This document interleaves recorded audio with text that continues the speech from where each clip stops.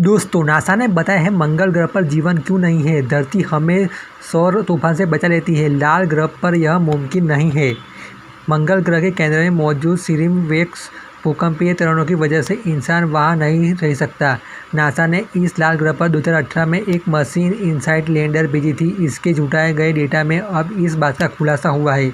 Researchers को इस data के पता चला कि मंगल ग्रह के केंद्र में कौन से तत्व है।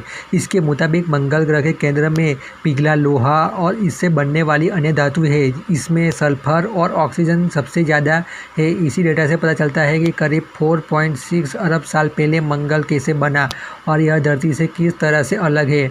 इन जानकारियों से साफ हो गया है कि समानताएं होने के बाद भी धरती पर जीवन संभव है, जबकि मंगल पर नहीं। दोनों ग्रहों का फर्क समझने के 2 भूकंपीय घटनाओं को ट्रैक किया गया। इन दोनों ग्रहों पर फर्क समझने के लिए मैरीलैंड यूनिवर्सिटी के असिस्टेंट प्रोफेसर और रिसर्चर्स वेदर ने लेकिंग और टीम की मंगल पर 2 भूकंपीय घटनाओं को ट्रैक किया। पहली, मंगल पर आने वाला भूकंप। दूसरा, अंतरिक्ष से भेजे गए किसी ऑब्जेक्ट की टक्कर से मंगल के केंद्र में पैदा हुए भूकंपीय तरंगे।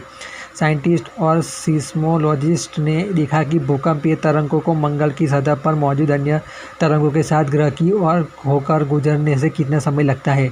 उन्होंने इस डेटा को दूसरे भूकंपीय धरती से अन्य डेटा के साथ मिलाकर देखा। इससे मंगल ग्रह पर मौजूद पदार्थ के घनत्व और उसकी दबाव की क्षमता का पता चला। इससे समझ आया कि मंगल का केंद्र बिल्कुल पिघला हुआ है, वहीं धरती के केंद्रों का बाहरी हिस्सा सख्त और अंदर से पिघला हुआ है। शोधकर्ताओं को मंगल के केंद्र में सल्फर और ऑक्सीजन भी मिली। इससे पता चलता है कि मंगल का केंद्र धरती के केंद्र से कम घना है। दोनों ग्रहों के निर्माण की परिस्थितियां काफ़ी अलग थी। रिसर्चर्स के निकोलस समेस का कहना है कि किसी ग्रह के केंद्र से ही उसके निर्माण और विस्तार का पता चलता है। यह प्रोफेशनल बताती है कि ग्रह पर जीवन को बनाए रखने के हालात कैसे हैं या नहीं। धरती के केंद्र में चुंबकीय क्षेत्र बनता है जो हमें सूर्य पर आने वाले तूफानों से प्रभाव से बचा लेता है। वहीं मंगल के केंद्र में ऐसा कोई क्षेत्र नहीं है, इसी वजह से वहाँ जीवन संभव नहीं है।